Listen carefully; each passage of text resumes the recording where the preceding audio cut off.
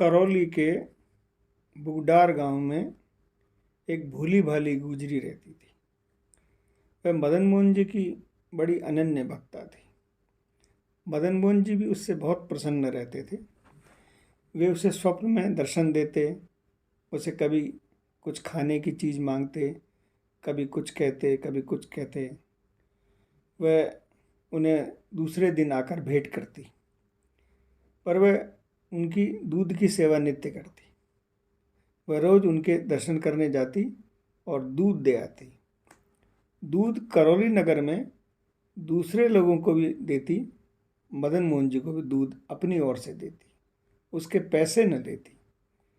पर स्वभाववश करौली जाते समय रास्ते में जो नदी पड़ती ना, उसका जल दूध में जरूर मिला देती। एक बार नदी के पानी के साथ एक छोटी सी मछली दूध में मिल गई। गुजरी को मछली दिखी नहीं और संयोगवश मदन मोहन जी को जो दूध दिया उसी में यह मछली चली गई। मदन मोहन जी के सेवायत गोस्वामी जी को ये मछली दिख गई तो उन्होंने गुजरी को बहुत फटकारा और उससे दूध लेना बंद कर दिया। अब गुजरी को लगा जैसे उसे फटकार स्वयं मदन मोहन जी ने ही दी हो। उसे मदन मोहन जी की सेवा से वंचित हो जाने का बहुत दुख हुआ।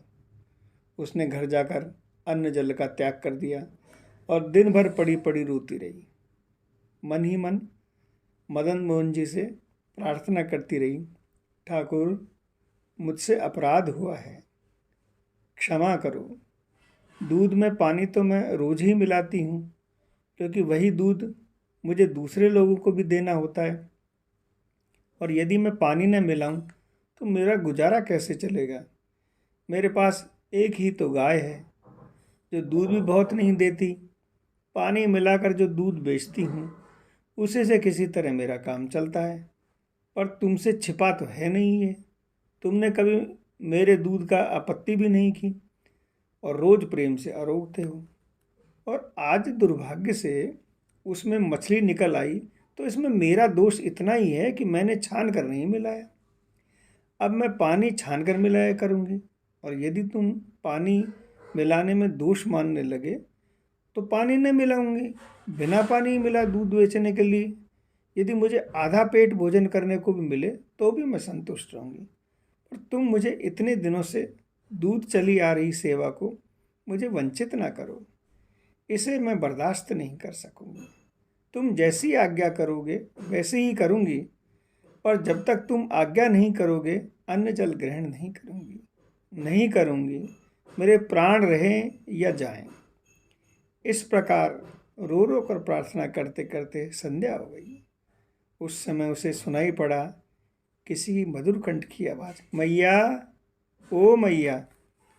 गर्दन मोड़ी, देखा द्वार पर खड़ा पीतांबर पहने एक किशोर वयस्क सुंदर सलोना बाबा जी, जिसने उसे बरबस आकर्षित कर बाध्य किया कहने के लिए, बाबा आओ बैठो। बाबा उसके पास आ बैठे। गुजरी ने पूछा, बाबा कहाँ से आयो है? तुम्हें पहले कभी नहीं देखा। मैया, मैं ब्रज में रहूं, वहीं ते आयो हूँ। मदन मोहन के दर्शन करबे को, दर्शन करके कल सवेरे चलो जाऊंगा। तो बताओ महाराज, क्या सेवा करूं? सेवा का चुना है, एक रात ठहरबे को स्थान मिल जाए तो ठहर जाऊं। शौक से ठहरो महाराज, घर तुम्हारा है। बाबा गुजरी के घर ठहर गए। गुजरी ने बात पूछा, बाबा क्या करोगे? मैया, मैं तो दुग्धधारी हूँ, दूध के सिवा और कछु ना लूँ। दूध हो तो प्या दे। दूध तो है बाबा, पर सवेरे को बासी है। अभी थोड़ी देर में गैया को सानी देकर दूंगी, तब ताज़ा दूध पिलाऊंगी। थोड़ी देर रुक जा। मैया, सवेरे तक कछु ना खायो, भूख बहुत जोर से लगी है। बासी दूध ही पी लूँगो, तू तो ला दे। बाबा, ये दूध अच्छा नहीं है, इसमें थोड़ा पानी मिलाया था और पानी के साथ मछली आ गई थी। मैया, तो कहा भयो छान के दे दे। तो बाबा इसे ओटा तो दूँ? सवेरे मेरा मन बड़ा दुखी हो गया था, इसलिए बिना उठाए रखा रह गया। अरे कच्चो ही दे दे, मोए बड़ी भूख लगी है। बाबा की इतनी उतावली देख गुजरी ने झट दूध छान कर उन्हें दे दिया। बाबा ने दूध पीकर तृप्तिपूर्वक गुजरी की ओर देखा और कहा, मैया तेरो दूध बड़ो ही स्वादिष्ट है। दूध पीकर बाबा सो गए और गुजरी भी लेट गई, पर भूखी प्यासी उसे नींद कहाँ। जाड़े के दिन थे। उसने सोचा बाबा को ठंड लगती होगी, अपनी लुगड़ी उन्हें ओढ़ा दी। रात्रि के शेष पहर में उसे तंद्रा आ गई और स्वप्न में मदन मोहन जी ने कहा, दूध की सेवा के पीछे प्राण दे रही है। तेरी सेवा छूटी कब? रोज मंदिर में दूध दे आया कर दी। कल तेरे घर आकर दूध पी गया। दूध दे जाया कर रोज, गुसाई कुछ नहीं कहेगो। पानी मिलाती है तो क्या हुआ, वह जल्दी हजम हो जाता है। अब उठ, भोजन कर। इसके साथ ही उसकी तंद्रा जाती रही। दृष्टि डाली बाबा पर, देखा कि वे नहीं है। उसे समझने में देर न लगी। बाबा के रूप में स्वयं मदन मोहन ही आए थे दूध पीने। उसने उठकर जल्दी से खुशी खुशी 2 टिक्कड़ बनाए, गुड़ समेत मदन मोहन को भोग लगा आनंद से खाने बैठी। वह खाती जा रही थी और आनंदाश्रु बहाती जा रही थी। थोड़ी देर में सवेरा हो गया। कहते हैं बाबा अपने पीताम्बर छोड़ गए थे और लुगड़ी ले गए थे। सवेरे मंगला आरती के समय गोस्वामी जी ने उन्हें लुगड़ी ओढ़े देखा तो वे आश्चर्य और चिंता में डूब गए। वे समझ गए कि मदन मोहन ने कोई लीला की है, पर लीला का रहस्य न समझ सके। थोड़ी देर में गुजरी आई मदन मोहन जी का पीताम्बर लेकर और बोली, गुसाई जी महाराज, यह लो मदन मोहन का पीताम्बर।